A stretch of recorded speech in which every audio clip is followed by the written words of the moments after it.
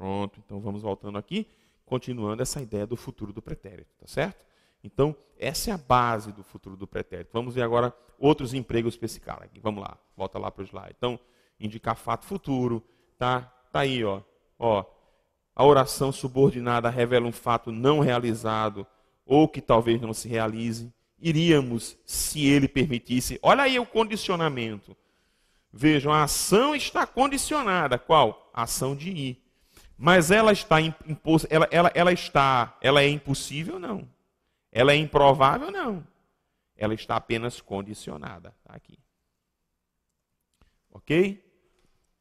Outra, para exprimir incerteza ou dúvida sobre fatos passados. Quem estaria lá? Ele teria uns 20 anos quando se casou. Combinado assim? Vamos ver outra. Há vários empregos. Orações exclamativas ou interrogativas que denotam surpresa ou indignação. Está lá. Nunca agiríamos dessa maneira. Seria possível uma calúnia dessas? Né? Eu digo, serias capaz de fazer isso, Lúcia? Serias capaz de fazer isso? Continue lá. E em tom polido, denotando desejo presente. Gostariam de ir conosco? Né? Isso é justamente para indicar polidez, para indicar o que, Rodrigo? Brandura, cortesia. Né? Geralmente, vejam, é interessante, que é que neste emprego aqui, ó, tá? Tom polido, geralmente se emprega em lugar, é muito comum, em lugar do presente do indicativo. Você vê aqui, ó, poderia emprestar-me esse livro? Ora, a ideia do poderia emprestar-me é, pode emprestar-me esse livro? Entendeu? Essa que é a ideia, pode emprestar-me esse livro, ok? Continuando então. Futuro do pretérito composto, né? Vamos para a parte composta agora. Tá? Ele é um tempo empregado geralmente para quê, professor? Para indicar um fato indicar que um fato teria acontecido no passado mediante certa condição. Mesma coisa, se Roberto estudasse, teria tido boa nota, ok? Exprimir incerteza de fatos passados em orações interrogativas. Quando teriam visto o fugitivo? Quando teriam visto o fugitivo, ok? Tem muito que se preocupar com isso aqui não. Modo subjuntivo, é um modo bem rápido, tá? Eu não coloquei todos, vamos só dar uma olhada nos principais. Presente subjuntivo. Indica fato, percebam, fato presente ou futuro, tá? Dependendo do conteúdo semântico do verbo. Isso é interessantíssimo aqui. Tá? É interessantíssimo. Por quê, professor? Veja que interessante, viu? Vamos só dar uma olhada nesses dois exemplos iniciais aqui. É pena que elas estejam doentes. Elas estejam doentes. Vejam que aqui é um fato que é presente. Vejam, espero que eles venham. Observe que é um fato futuro. Uma curiosidade aqui, ó. É pena que elas estejam doentes. Vejam que a ideia de estar doente não é uma hipótese, percebam. É um fato certo. É um fato certo. Entendeu? Agora eu queria que você visse comigo um detalhe, veja. Professor, esse futuro, desculpe, esse presente do subjuntivo, ele denota dúvida também? Claro. Claro. Denota hipótese? Claro. Vamos dar uma olhada comigo no seguinte. Vejam que interessante essas construções aqui. Vou mudar até a cor da tinta, tá? Eu digo assim.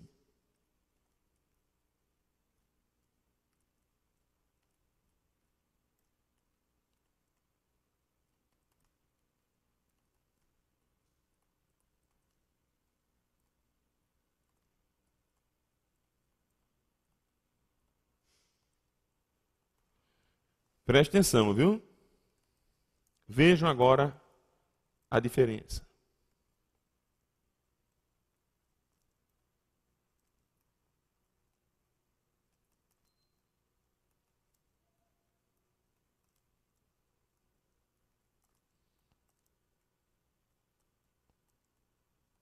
Respondam para mim. Qual a diferença entre as duas estruturas? Qual a diferença? Vamos lá? Qual é a diferença entre ele procura um remédio que cura a enxaqueca e ele procura um remédio que cure a enxaqueca? Qual é a diferença? Respondam para mim. Hã? Qual é a diferença? Descobriram não? Descobriram não? Professor, prestem bem atenção. Vejam que eu tenho 2 tempos verbais de presentes. Quando eu digo que ele procura um remédio que cura a enxaqueca, isso é presente do indicativo. Quando eu digo que ele procura um remédio que cure a enxaqueca, isso é presente do subjuntivo. Qual a diferença? Qual é a diferença entre os dois? Semanticamente falando. Porque os dois são presentes, um do indicativo e outro do subjuntivo. Percebeu não? É que no primeiro, quando eu digo que ele procura um remédio que cura a enxaqueca, veja que interessante. Ele sabe o remédio, ou pelo menos ele tem conhecimento de que o remédio existe. Então ele está procurando o remédio. Qual remédio? Aquele. Que é aquele? Que cura a enxaqueca. Entendeu? Na estrutura 2, não. Quando ele diz que procura um remédio que cure a enxaqueca, ele não conhece o remédio. Ele não sabe. Ele não sabe nem se existe um remédio. Entendeu? Então, aí a ideia da hipótese, da possibilidade, da probabilidade suscitada, levantada pelo presente subjuntivo. O outro não. Ele sabe, ele conhece. Ele quer o remédio que cura. É aquele que cura. Aqui não. No 2, ele quer um remédio que cure, que chegue a curar. É a possibilidade, é a hipótese. Bem interessante essa relação, né, de substituição do presente do indicativo pelo presente subjuntivo nessas possibilidades. Você vai dizer, professor, vai ser sempre assim possível? Eu sempre posso trocar um pelo outro? Não. Não. Há estruturas em que você não pode fazer isso aqui. Por quê, professor? Porque há estruturas que indicam certeza, só certeza. Entendeu? Tudo bem, então? Beleza, então. Tá? Volta lá, então. Volta lá. Certo? Então, você pode anotar aí justamente, tá, a diferença entre cura e enxaqueca como fato certo, né? E cura e enxaqueca como possibilidade, como dúvida, tá? Como dúvida, como hipótese. Ok? Olha a diferença bem clara. Bom, vamos apagar tudo aqui então. Vamos continuar lá então. Modo subjuntivo presente a gente já viu. Né? Vamos agora para o pretérito imperfeito do subjuntivo. Esse aqui é legal, ó. Esse aqui é um dos mais fáceis que nós temos. Por quê, professor? Primeiro que é aquele cara do SSSS. Se eu fosse falar, se bebesse. E aí, professor, qual é a aplicação básica do pretérito imperfeito do subjuntivo, professor? Né? Em regra geral, é só para indicar fato hipotético também. Então, ó, indica uma ação simultânea ou futura em relação ao tempo do verbo da oração principal. Tá certo? Então, ó, duvidei que ele terminasse o trabalho. Tá? Duvidei que ele terminasse o trabalho. Mas vejam, professor, outra aqui, ó, eu queria, né? Indica uma ação simultânea, eu queria, tá? Que ela fosse logo. Eu queria que ela fosse logo. Deixa eu me ver logo aqui. Pronto. Eu queria que ela fosse logo. Mas vejam, um outro emprego bastante frequente para o imperfeito do subjuntivo é justamente indicar fato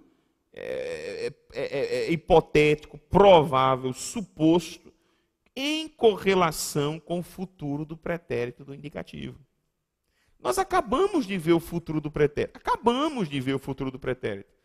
Então, como assim, professor? É aquela historinha, ó. É aquela historinha do eu iria se tivesse um carro. Entendeu? É a ideia do cara lá. Eu iria se tivesse um carro. Então,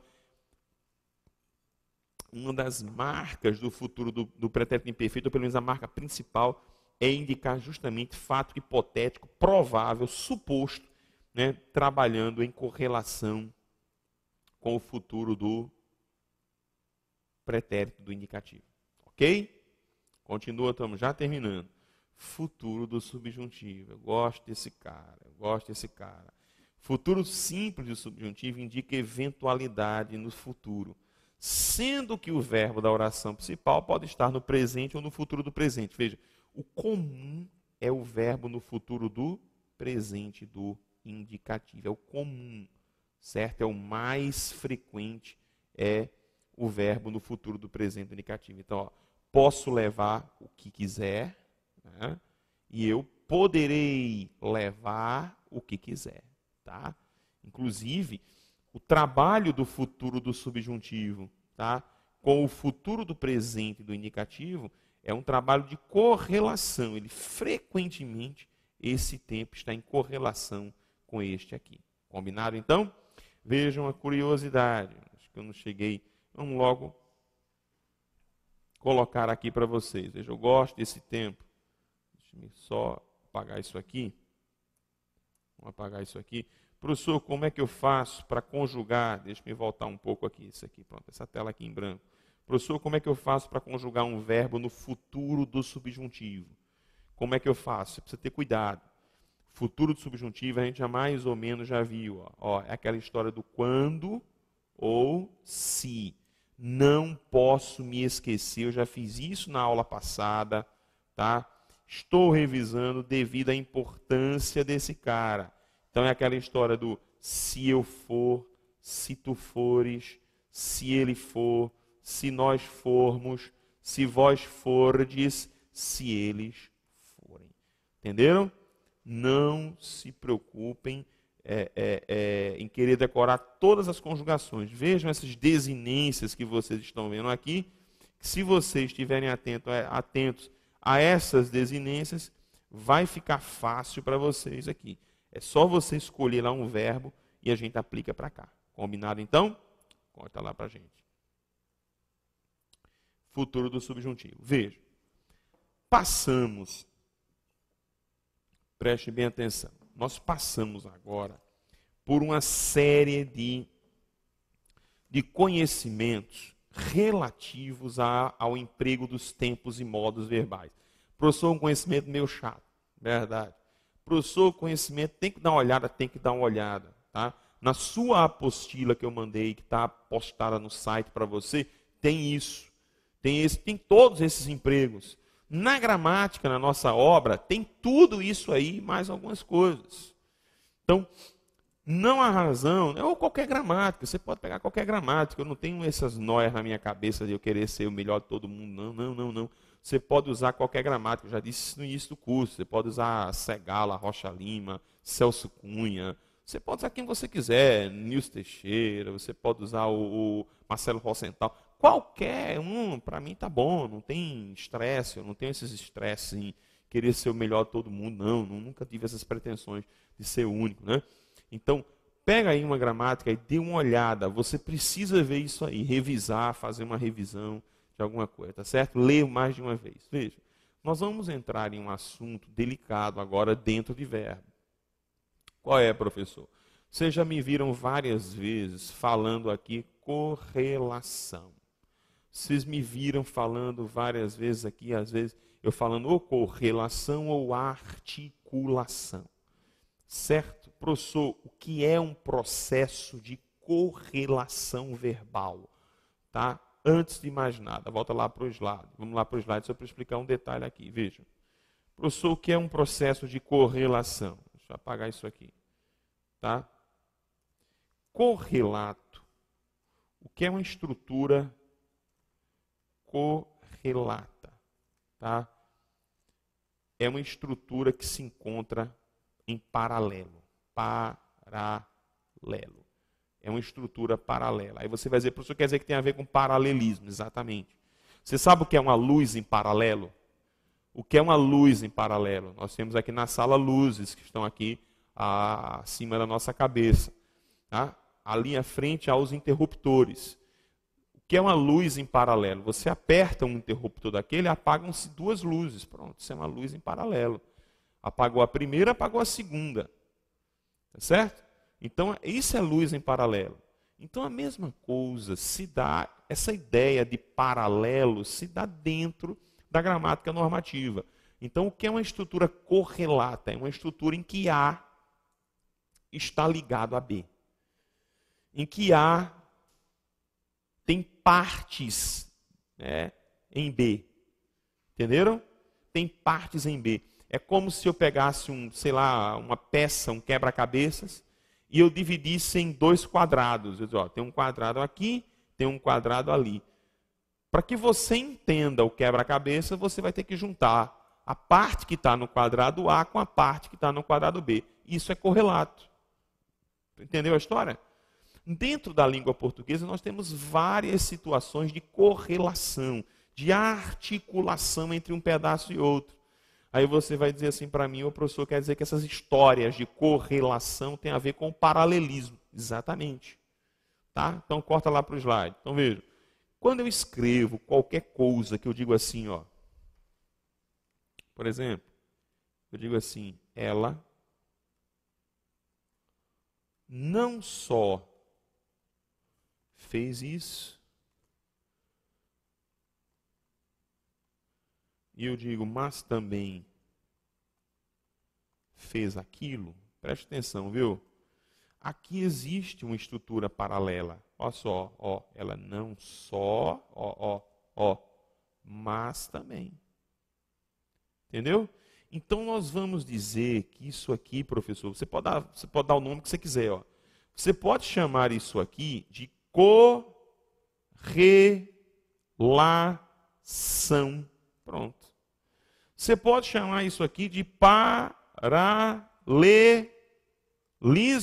Você pode chamar isso aí de paralelismo. Entendeu? Você pode chamar de correlação, você pode chamar de paralelismo. Tanto faz. Da mesma forma, os verbos também se comunicam. Então, quando eu digo, por exemplo, é isso que eu quero que você tenha essa noção. Eu digo assim, quando eu chegar, vou comer, sei lá, vou comer um bolo, qualquer coisa. Certo? Então, vejam, estas formas que estão aqui, ó, quando eu chegar, eu comerei, eu vou comer um bolo, essas duas formas estão em paralelo, estão relacionadas entre si, para que eu possa expressar meu pensamento, entendeu? Então, vamos imaginar outra aqui, Apaga isso aqui, professor, apaga esse negócio aqui. Pronto. Vamos aqui pegar. Eu acabei de dizer há poucos instantes assim, ó, eu estava falando, dizendo assim, se eu ganhasse na Mega Sena, pronto, se eu ganhasse na Mega Sena, sei lá, vamos lá aqui, trabalharia menos. Pronto. Então veja, estas duas formas que estão aqui, ó, se eu ganhasse, essa forma ganhar está em paralelo com essa aqui, ó. Então é isso a que nós chamamos de correlação verbal. Então, na língua portuguesa, os modos e os tempos verbais, eles se comunicam, eles se interagem. Entendeu? Então eu tenho o que a gente chama de construção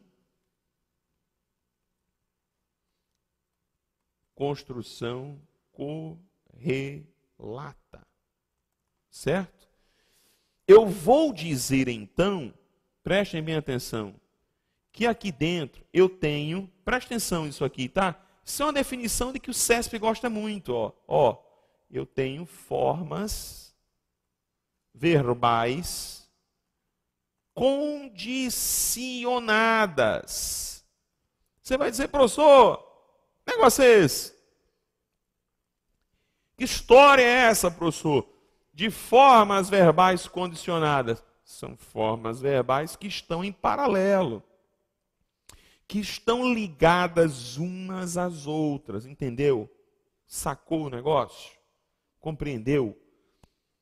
Tá? Então é isso que a gente vai trabalhar a partir de agora. Aí você vai dizer assim, professor, dá para decorar tudo? Resposta, não. A gente vai estudar as principais, nós vamos dar uma analisada nas correlações mais usuais. Combinado então? Isso está na gramática, isso está no material do slide, dê uma olhada, está tudo postado no site para você sem estresse algum. Combinado então? Voltem lá então agora. Então a gente já sabe o que é correlação, né? Então olha só agora. Está para você aqui, ó. Pronto, vamos colocar aqui para você, olha aí. Principais correlações entre tempos e modos verbais. É engraçado porque quando eu mostro isso, em geral as pessoas dizem, professor, não é possível. Você diz assim, professor, é muita coisa para a gente colocar na cabeça. Eu confesso que é verdade, é muita coisa mesmo.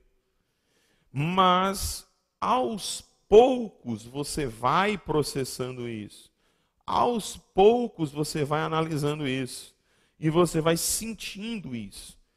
Eu sempre digo, tá? Eu sempre costumo dizer que os processos de correlação, o aluno precisa ser um bom leitor também. Eu leio, que eu analiso bem, eu sinto se a minha estrutura está bem trabalhada. Combinado assim? Então vamos lá, voltar lá para a gente ver algumas estruturas correlatas. Corta para o slide. Pronto, está lá. Então veja, é muito comum que nós tenhamos estruturas do tipo, ó, presente do indicativo se correlacionando com ele mesmo, ó, com o próprio presente do indicativo. Isso é muito comum. Tá? Vocês vão ver que o presente, ó, do indicativo, com muita frequência também se correlaciona com o presente do subjuntivo. Aí eu queria que vocês percebessem alguns detalhes, vejam. Eu vou tentar circular algumas coisas aqui. Deixa eu só mudar aqui a cor. Vejam, observem isso. Presente. Presente. Observem isso. Presente. Presente. Dê uma olhada só nisso aqui por curiosidade. Ó. Pretérito. Do outro lado, pretérito. Observe. Pretérito. Do outro lado, pretérito. Traduzindo, vocês vão perceber que os tempos, eles tendem a se correlacionar com expressões deles mesmos. Entendeu?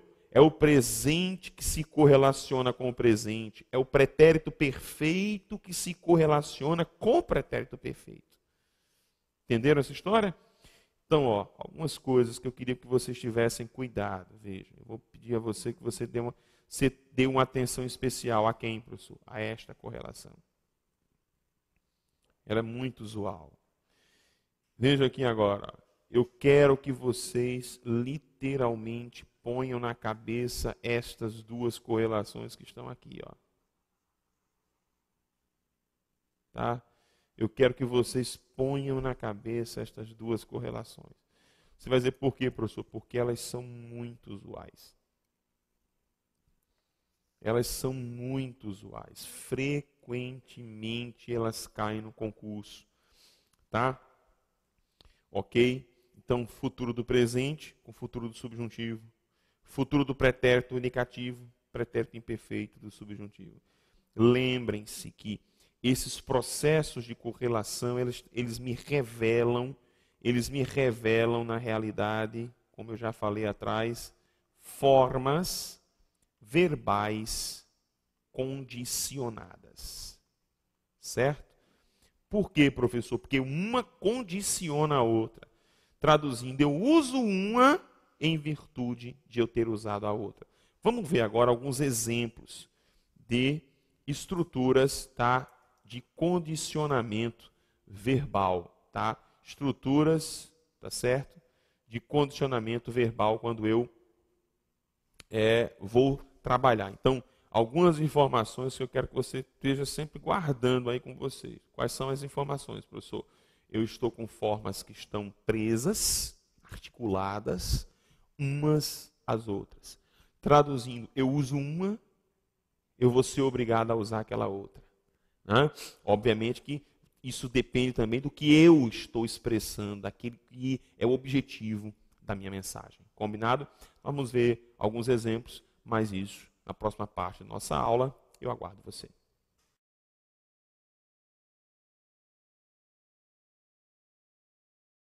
Vamos lá, nossa terceira parte da nossa aula de hoje, continuando aí estudando essas questões das correlações entre tempos e modos verbais, ok? Então corta lá para o slide, vamos lá, corta para o slide. Então veja, eu queria que você visse comigo agora justamente alguns exemplos de processos correlacionais. Observe essa estrutura aqui agora.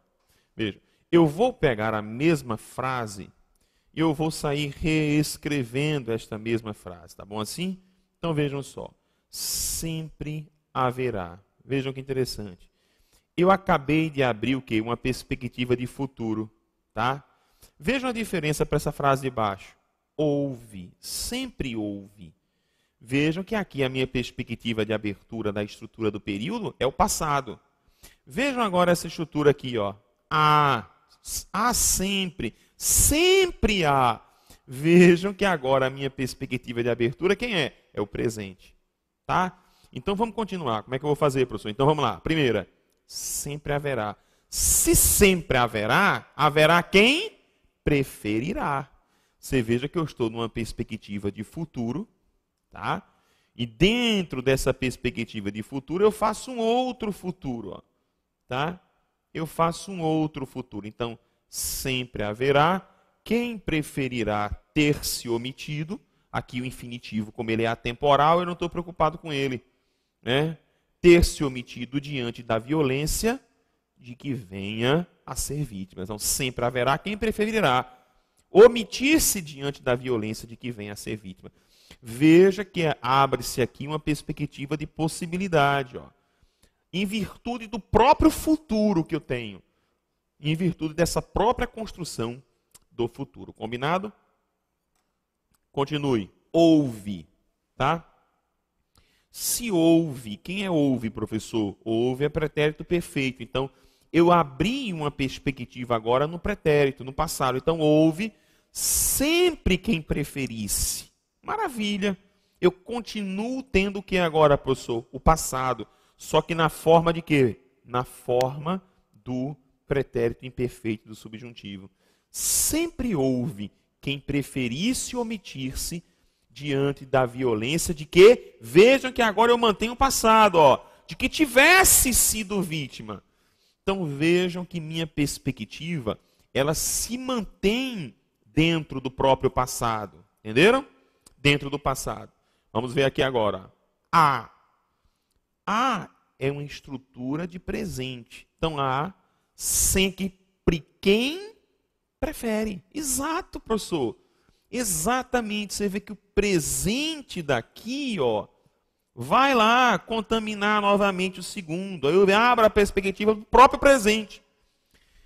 Há sempre quem prefere se omitir diante da violência de que venha a ser vítima.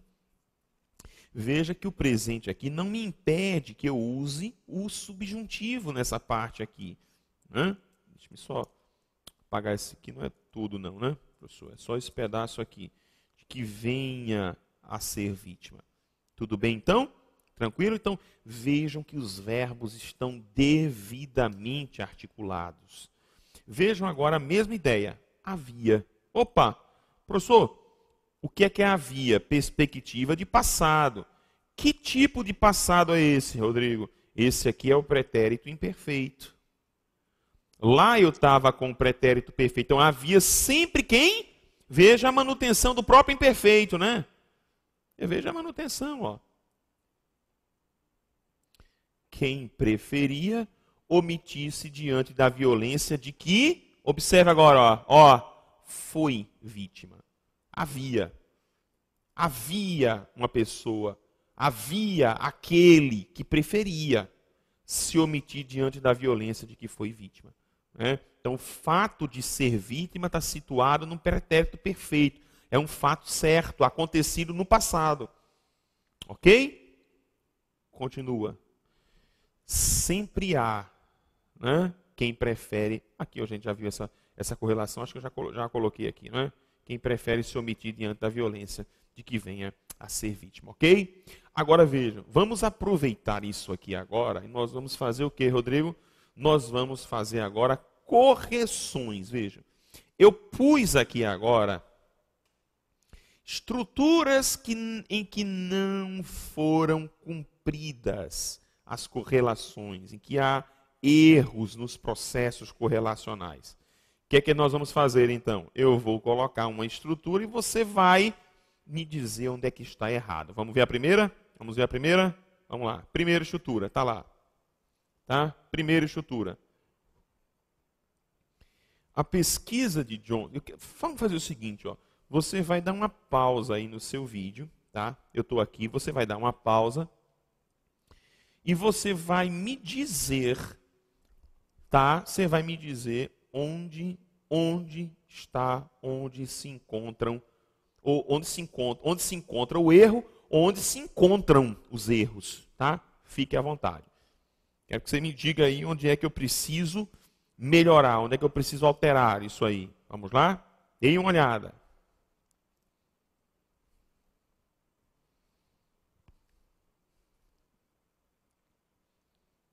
E aí, pronto? Descobriu agora? Vejam. Primeiro percebam, deixa eu apagar tudo aqui, ó. Percebam os verbos, ó. Aqui, o outro está aqui, tá? O outro está aqui. Então eu tenho 3 verbos, tá? Vejam que quando eu leio o período inteiro, eu tenho um dado interessante. Por quê, Rodrigo? Porque, vejam, na análise que eu faço do período composto, do período no processo correlacional, eu não posso descartar outros elementos que vão interferir no verbo. Certo? Eu não posso descartar outros elementos que vão interferir no verbo. Você vai dizer assim, como assim, professor? Por exemplo, advérbios.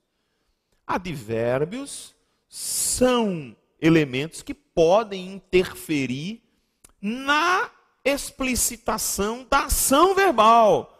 Como essa ação verbal vai ser manifesta? Vejam que no período em que nós estamos analisando existe um adjetivo que é fundamental para a minha percepção. Qual é? Olhe lá qual é. Grifa lá, vai lá. Corta lá para o slide, Olha só. Eu tenho um adjetivo moderno. Veja. Se é o homem moderno, é o homem de hoje. É o homem da modernidade. Então, este adjetivo aí, ele me diz muita coisa. Este adjetivo me indica alguma coisa. Então, vamos juntos? Vamos ver agora? A pesquisa de Johnson analisou fato consumado no passado.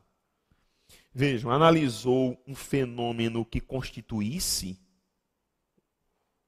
Não.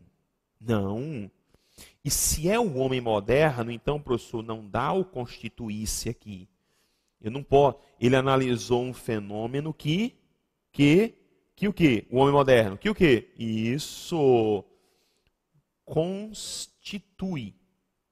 que constitui uma verdadeira obsessão. Aí vejam aquela diferença. Que caracterize? Não, professor. Aqui não pode ser o presente do subjuntivo, não. Por quê? Porque ele analisou um fenômeno que constitui uma verdadeira obsessão que caracteriza. Um homem moderno. Não é que caracterize, não é a possibilidade, não é a hipótese, é uma certeza. Deu para entender? É uma certeza. Então, você vê aí que eu tenho 2 erros graves, né, do processo correlacional, ok? Vamos ver outro. Vou apagar isso aqui, tá? Se não variassem... vamos logo marcar esse negócio aqui, ó. Tá? Primeiro verbo está aqui.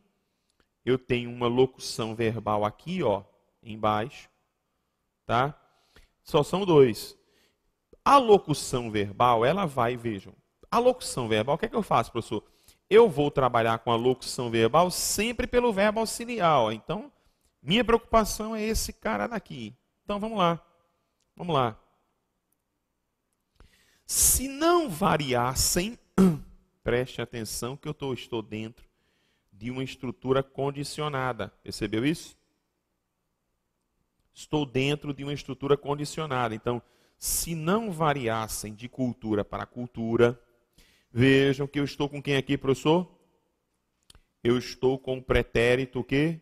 Imperfeito de quem, Rodrigo? Do subjuntivo. Peraí, vamos lá. Se não variassem de cultura para cultura, as regras de convívio que terão? Terão? Não. Elas não terão, não. Elas não terão, não. Qual é aquela correlação, professor? Muito usual. Qual é aquela correlação, professor? É justamente o pretérito imperfeito do subjuntivo correlacionando-se, indo e vindo com quem, professor? Com o futuro do pretérito do indicativo. Entendeu? Então, na realidade, não é terão. Né?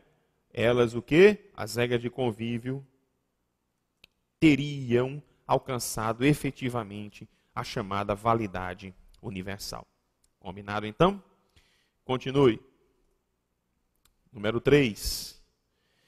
Sugere-se, preste atenção, ó. Vamos logo aqui perceber os verbos. Ó. Outro aqui. Outro aqui. Outro aqui. Tá? Então nós temos aí 4 verbos. Vamos avaliar esse processo correlacional. Vamos lá? Então vamos lá. Primeiro processo. Sugere-se. Vejam que quando eu digo sugere-se, eu estou diante de uma estrutura do presente e do indicativo. Tá? Sugere-se nessa pesquisa, vejam, o que é que sugere-se? Aí ele diz, sugere-se isso, que o fato, qual é o fato, professor?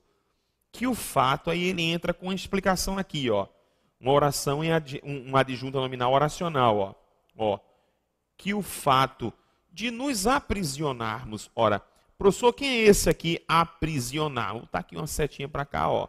Esse cara daqui é um infinitivo flexionado. Como o infinitivo ele é uma marca, ele é uma forma nominal que não possui tempo, tá?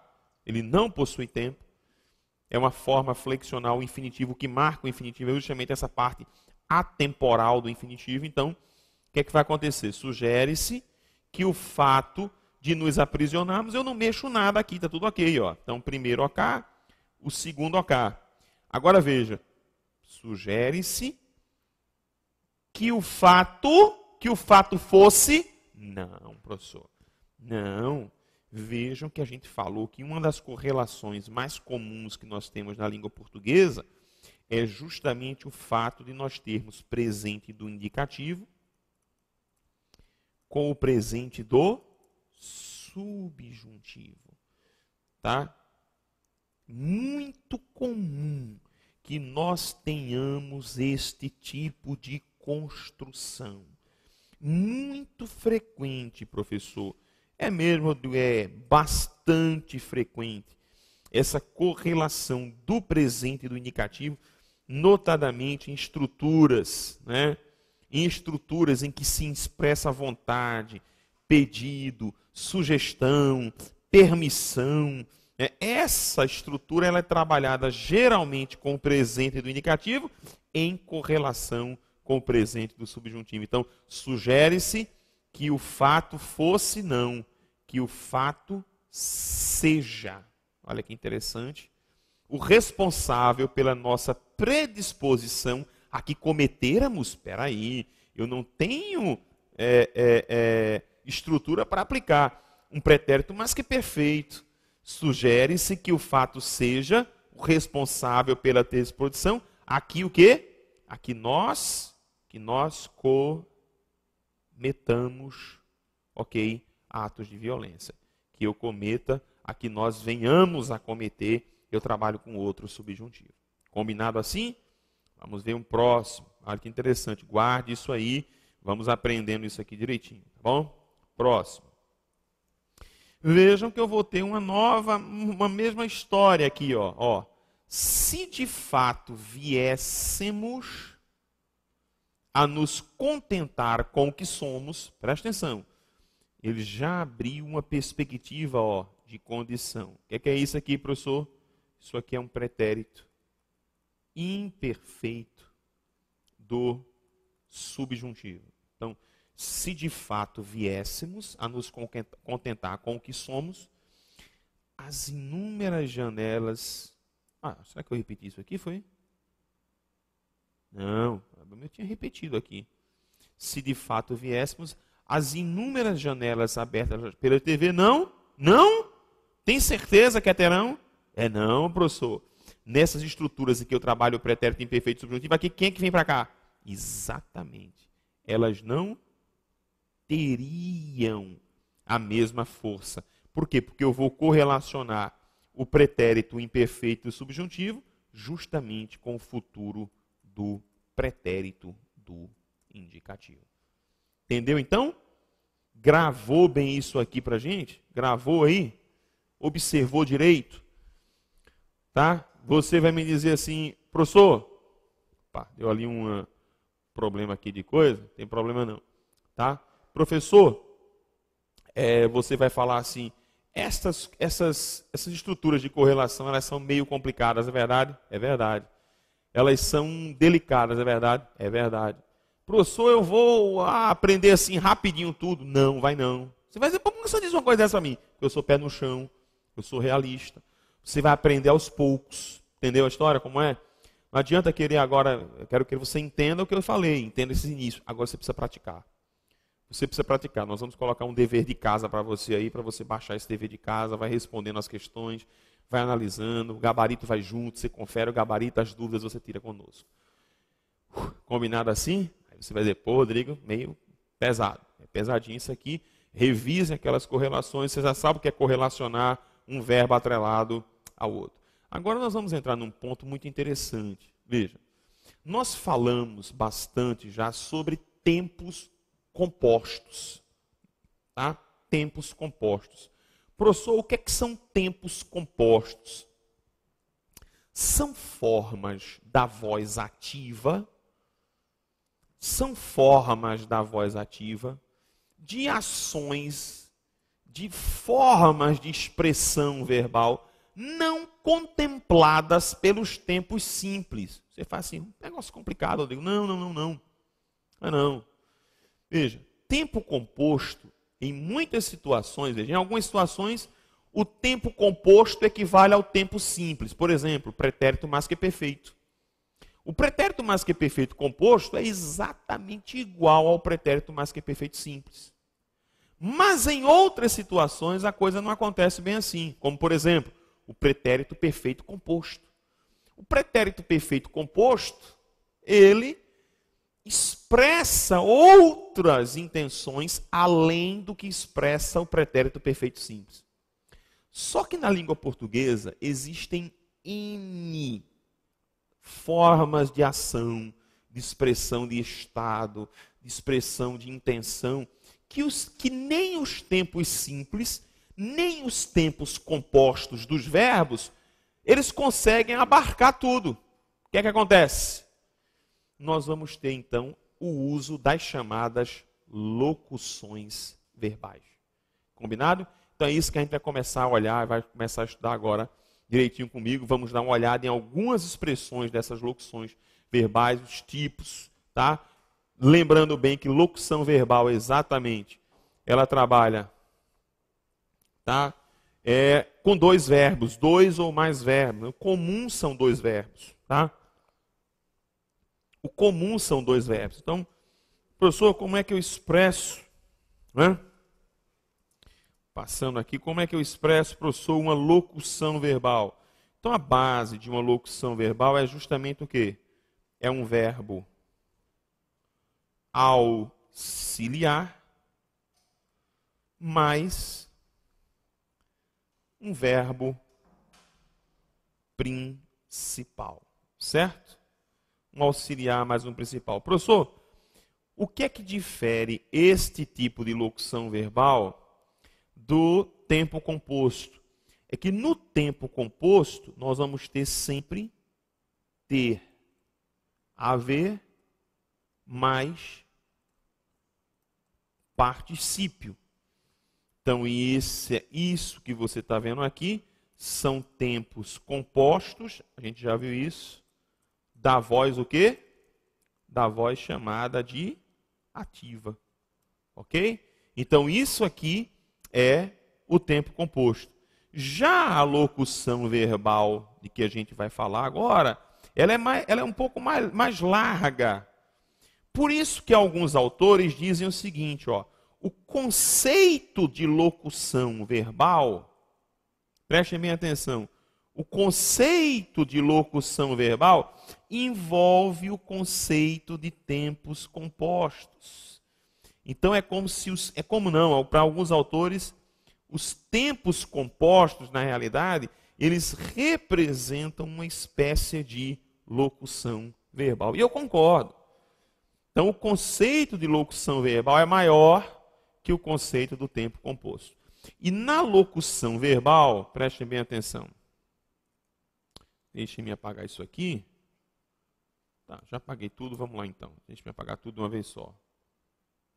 Pronto, tá? Na locução verbal, nós vamos ter, a gente já viu isso, o verbo auxiliar,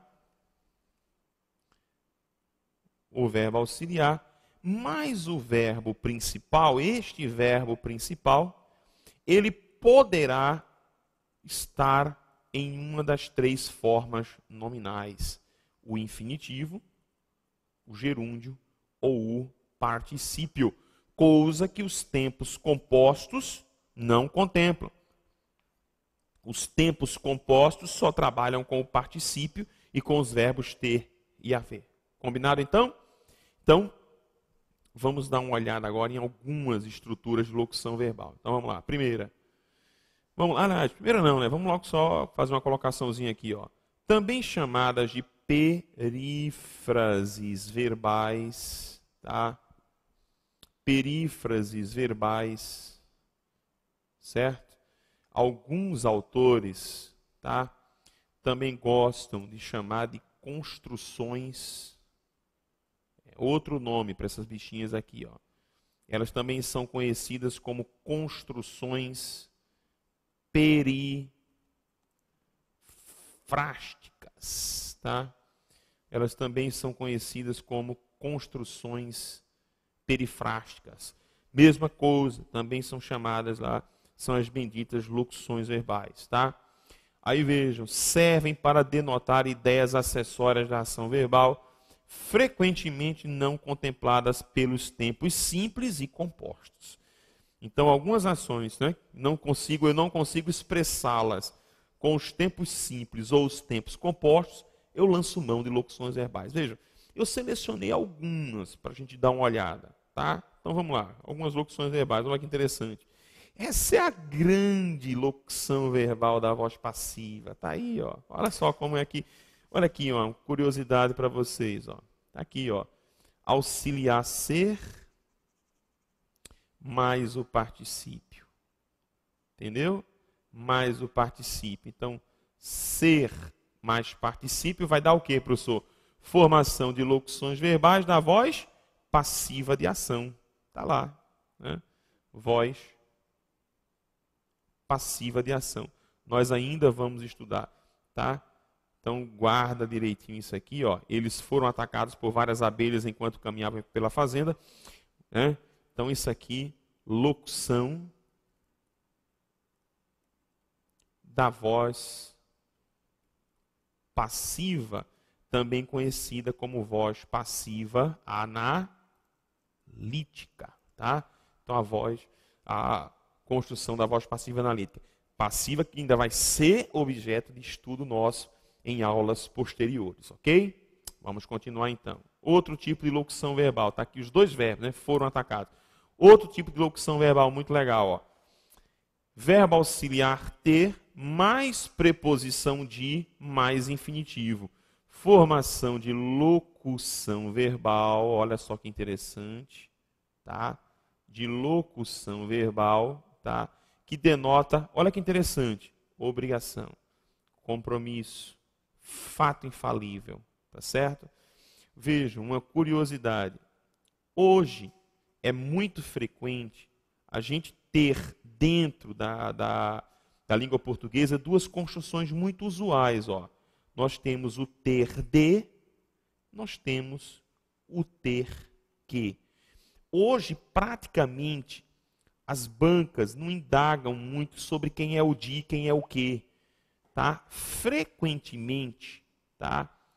A nomenclatura não, os gramáticos dizem que eu posso frequentemente trocar um pelo outro. Tá? Então, ambos transmitem a mesma ideia, transmitem a mesma ideia, a mesma função. Alguns autores, inclusive eu gosto dessa ideia, dizem, e eu também prego isso, que ter que denota uma obrigação muito mais forte do que o ter de. Mas isso é aquela discussão que fica apenas pela discussão, tá? Então, dá para dizer ter de ou dá para dizer ter que. Então, vamos lá. Aqui, ó, o Brasil tem de ser um país menos desigual. Então, fato, obrigação, fato infalível. Combinado, então?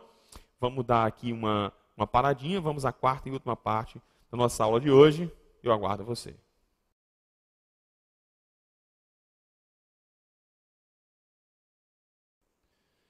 Vamos lá, então? Vamos à nossa quarta parte da nossa aula de hoje, continuando nossa análise, nosso estudo sobre as locuções verbais, né? Que são estruturas que englobam, que vão além dos tempos compostos, né? Expressam ideias variadas. Corta lá para o slide, então. Vamos lá. Então, letra C. Vamos lá agora. Verbos auxiliares. Vejam que interessante. Na primeira, o auxiliar era o verbo ser. Agora vejam, queridos, como é interessante isso aqui. A formação de locuções verbais com auxiliares mais preposição. Observem, ó. Começar a, ó. Entrar a. Observem isso. Passar a. Observem. Né? Mais o infinitivo. Infinitivo como chefe, como o verbo base. Tá? Veja o que é que eu vou ter. Formação de locuções verbais que indicam o momento inicial de uma ação. Então aqui, ó, eu digo lá para vocês, por exemplo, o trem começou a partir. Tá? Começou a partir. Quando eu digo assim, ele passou a falar. Ele passou a falar em vozes estranhas. Pronto. Né? No momento e tal, não sei o que, ele começava a caminhar. Né? Eu entrei a trabalhar com mais fervor. Então, são estruturas e locuções. Aí você vai dizer, professor, quer dizer que essa estrutura que começou a partir, eu não posso avaliá-la separadamente. Não posso avaliá-la separadamente. Veja, a locução verbal é um conjunto indecomponível. Eu não posso decompor uma locução verbal, não posso. Entendeu essa história? A locução é um bloco, é um todo. Não dá para ali separar e dizer, vamos analisar, começar, vamos analisar o A.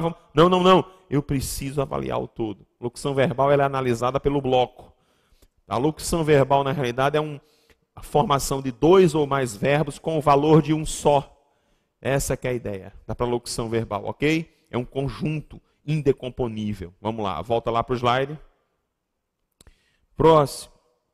Outro estilo de locução verbal, essa aqui mais interessante, ó. Auxiliares andar, estar, ficar, ir, vir. Agora olha com quem agora eu faço minha locução. Mais o gerúndio. Mais uma ação gerundial.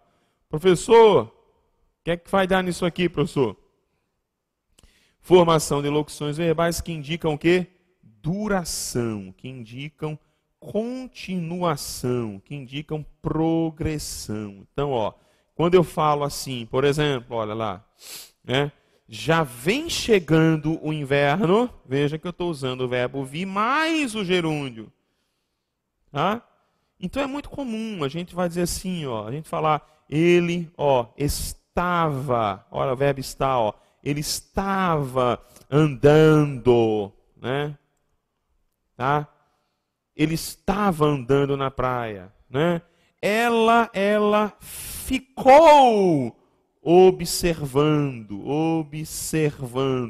Vejam e prestem minha atenção que eu estou diante de locuções verbais e que este aspecto durativo de continuidade, ele é muito fomentado, ele é muito construído por causa do gerúndio, ó, da ação gerundial. Então é essa ação gerundial que vai justamente dar esse grau de continuidade, de duração, ok? Vamos ver mais uma.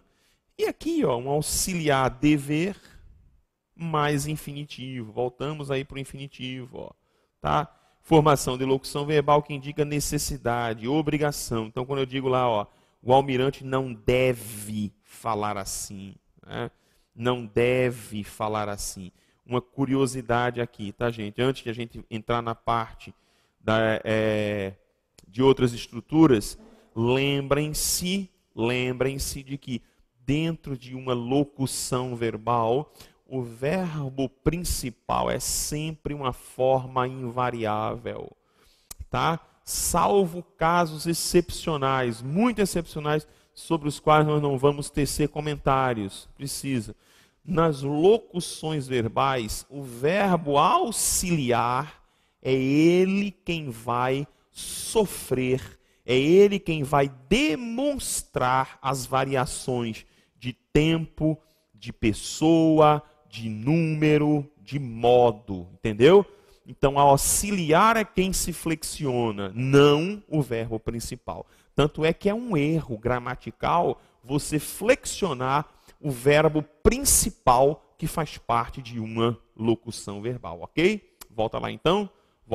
Então aqui, ó, o almirante não deve falar assim. Se eu tivesse aqui os almirantes, né? Se aqui fosse os almirantes, eu diria os almirantes não devem. Você vê que a parte do infinitivo, que é o verbo principal, não se flexiona.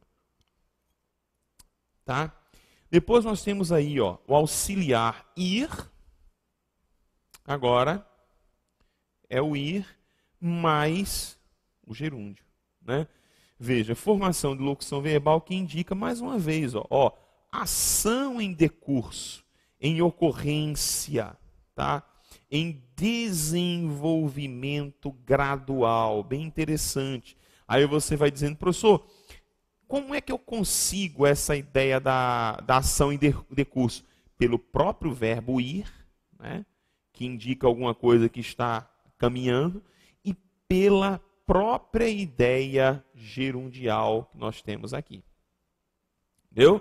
Então, pela própria ideia gerundial. Combinado assim? Interessante isso aqui? Então, vamos ler o exemplo lá. Meu coração é um almirante louco que abandonou a profissão do mar. Olha só. E que vai relembrando pouco a pouco, olha que bonito, em casa a passear. Olha que interessante. Né? E veja que quando Fernando Pessoa, né, linda, que meu coração é um almirante louco, olha que bonito, né? Que abandonou a profissão do mar, almirante, e que vai relembrando, olha aí, ó, pouco a pouco, em casa a passear. Ou seja, já não faço grandes ações, eu já não implemento grandes, né, eu já não entro em grandes embates, o que ele está dizendo aqui, em grandes empreitadas. Então, na realidade, eu sou apenas um almirante que relembra, que vai relembrando. Olha só a ideia aí de decurso, de ocorrência, de desenvolvimento gradual. Combinado assim?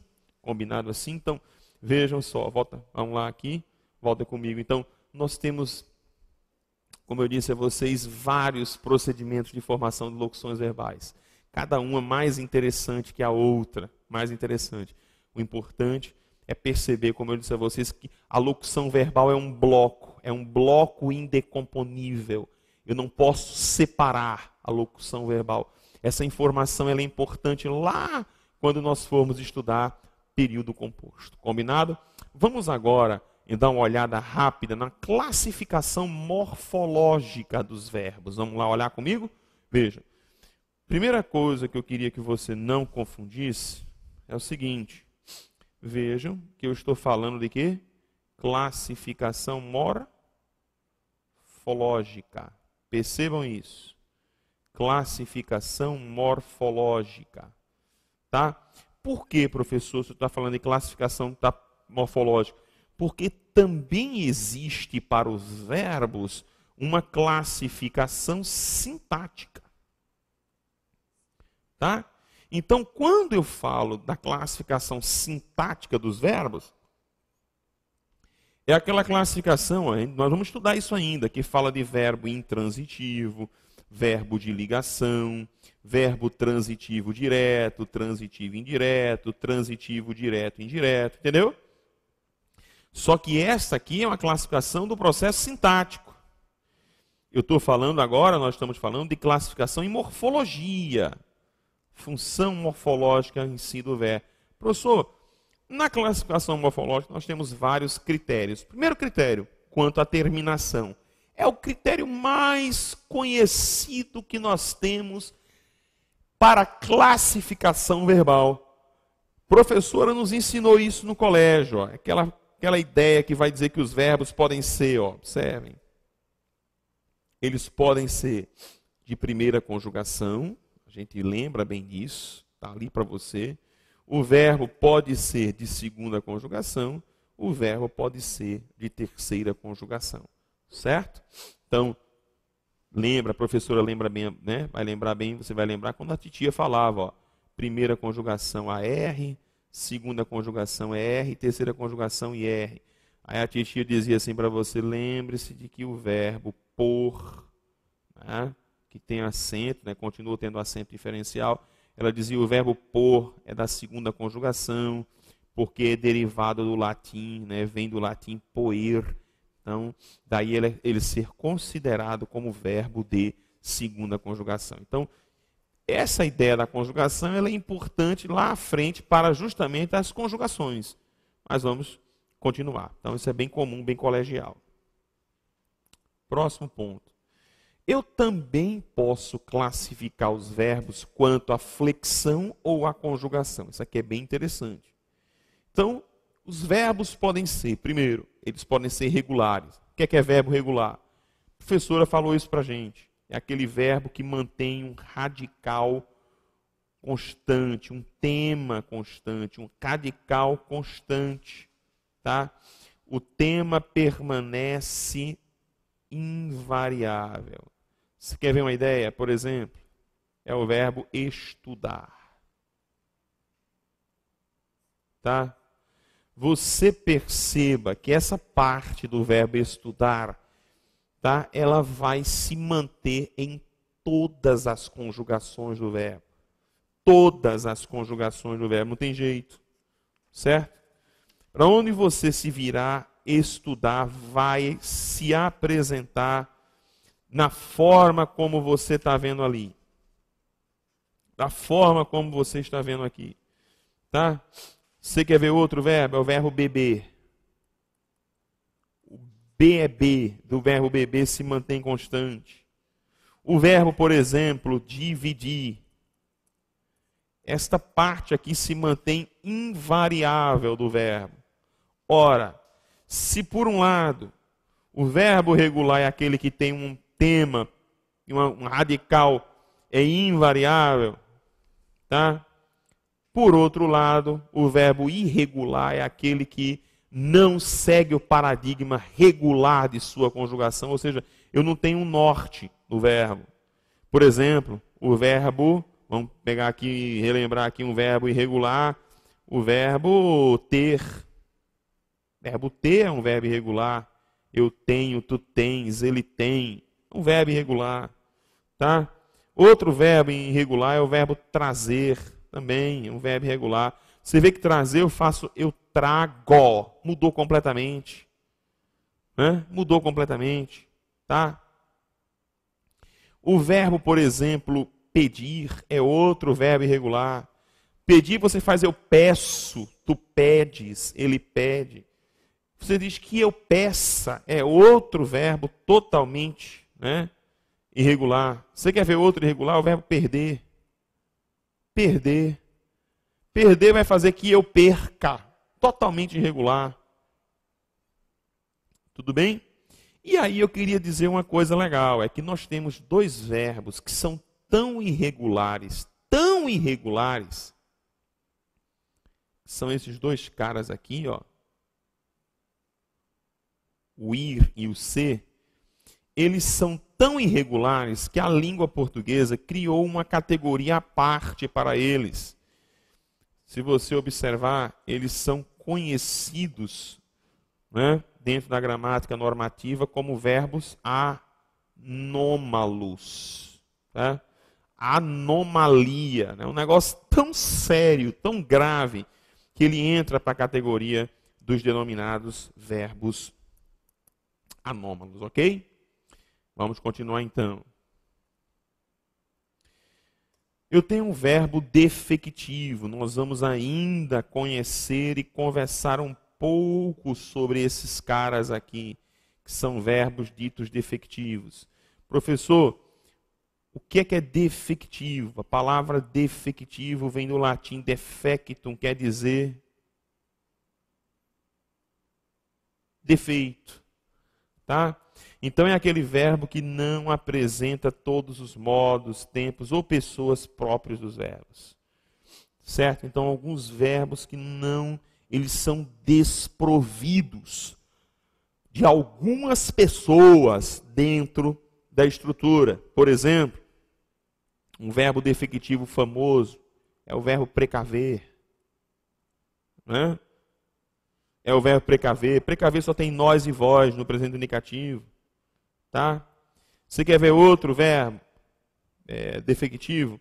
É o verbo abolir. O verbo abolir não tem a primeira pessoa, o eu. Eu abolo não, tu aboles. Mas não tem. Tá? Não tem.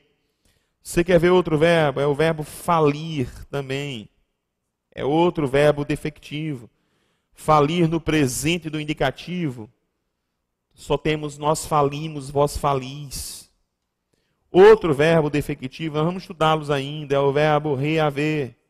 Também é outro defectivo. Tá?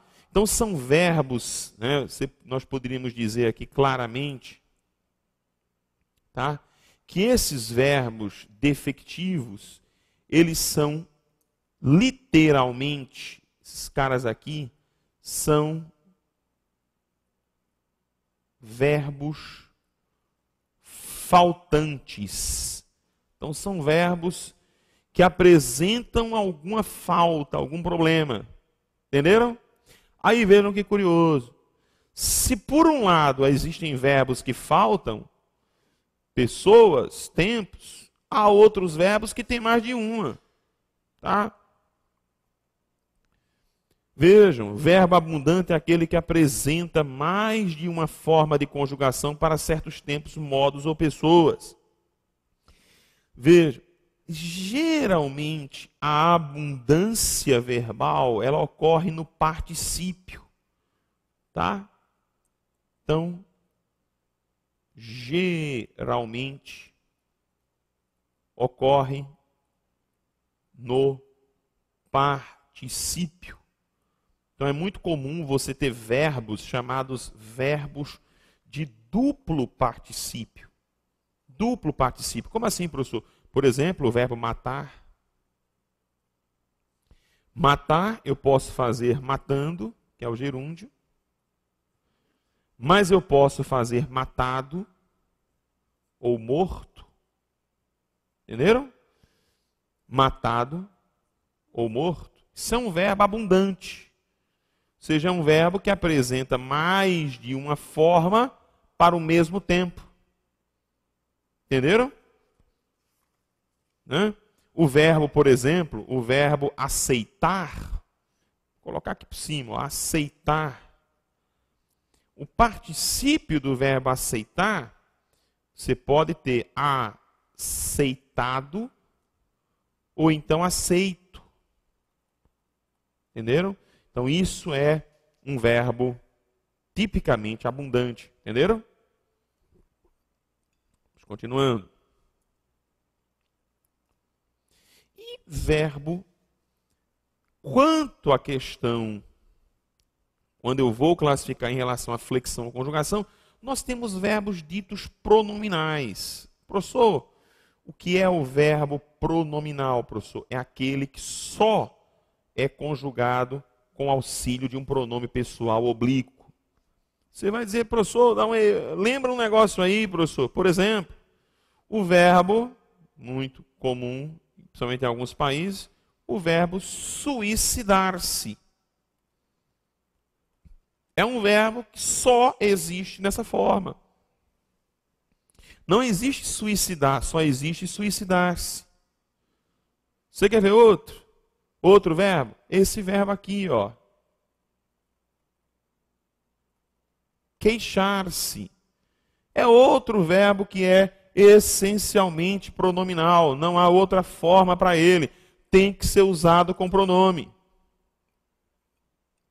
Entenderam? Tem que ser usado com pronome. O verbo, eu não queixo, eu me queixo. O verbo arrepender-se. Tá? Arrepender-se. Certo? O verbo arrepender-se, ele é obrigatoriamente usado, só conjugado com pronome, não tem jeito. Eu tenho que ter pronome para ele. Eu não arrependo, eu me arrependo. Eu não pergunto assim para você, você arrependeu? Não existe. Eu tenho que dizer para você, você se arrependeu? Entenderam? Entenderam? Então, esses verbos, eles são chamados, pelo menos estes que eu estou grifando aqui, eles são chamados de essencialmente pronominais. Tá? Por exemplo, o verbo aqui outro, ausentar-se. Não existe ausentar, existe ausentar-se. Não tem outra forma. Não tem outra forma. Tá? Comportar-se, dignar-se, abster-se. Não é o verbo abster-se. Não existe o verbo abster, existe abster-se. Ele é pronominal, só pode ser conjugado com o auxílio do pronome. Tudo bem? Tranquilo? Vamos continuar aqui com a nossa classificação verbal, então. Tá? Sim, uma curiosidade ainda voltando sobre esses verbos. Veja, alguns verbos na língua portuguesa podem eventualmente aparecerem, eventualmente aparecer pronominalizados. Por exemplo, o verbo lembrar. Quem estudou regência já um dia vai lembrar que o verbo lembrar pode ser lembrar, mas pode ser o quê? Lembrar-se. Você lembra disso? É o verbo esquecer. O verbo esquecer, mas pode ser esquecer-se. Entenderam? Pode ser. É o verbo enganar, mas pode ser o verbo enganar-se. Então, estes verbos que vocês estão vendo do lado de cá, eles são chamados de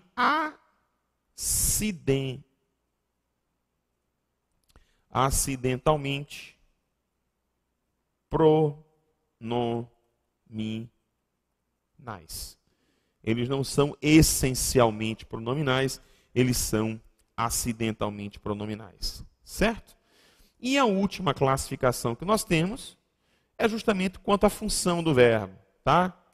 Quanto à função do verbo, nós vamos ter, professor, verbos que são auxiliares e verbos que são principais. Bem claro para você. A gente já viu isso. Obviamente que auxiliar é aquele que é empregado ao lado de uma forma nominal do verbo, infinitivo, tal, tal, formará as locuções verbais dos tempos compostos. Curiosidade, não esquecer o quê? Que o verbo auxiliar, tá? É aquele que o quê? Literalmente, deixa eu só mudar aqui a cor da tinta, tá?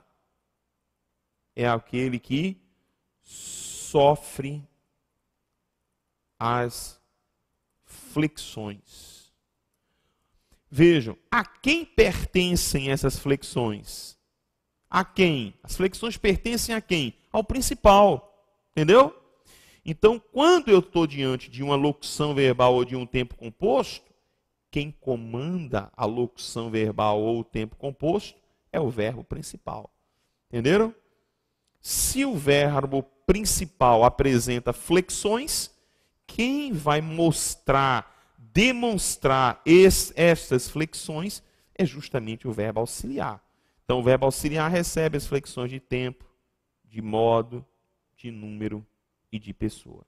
A gente viu isso claramente quando nós estávamos, né, trabalhando. Né? Veja que eu digo assim, ó, eles, eu sou obrigado a fazer assim, ó, eles têm conseguido, sei lá, seja lá o que for. Então vejam que nessa locução verbal daqui, ó, é o auxiliar que vai sofrer, é o auxiliar que vai demonstrar, né? Eu digo eles não podem comprar. Observem, né, que na locução verbal, ó, tá lá o auxiliar apresentando as flexões. Combinado então? Veja, o nosso próximo ponto nós temos aí em relação à formação dos verbos. Só mais uma colocação. Quanto à formação, os verbos podem ser primitivos e derivados. Não tem muita graça isso. Primitivo é o que não é formado nenhum verbo e derivado, aquele que é formado a partir de um outro verbo preexistente. Isso é muito interessante. Aqui é apenas o seguinte, ó. Por exemplo, um verbo primitivo, ter. Um verbo derivado, deter. Um verbo primitivo, pôr. Um verbo derivado, por exemplo, repor, compor, etc. Isso vai ser interessante para a gente quando nós formos conversar sobre conjugação verbal, que vai ser nosso próximo ponto na nossa próxima aula. Combinado? Espero que você tenha apreciado essa nossa 7ª aula. Vamos à 8ª aula,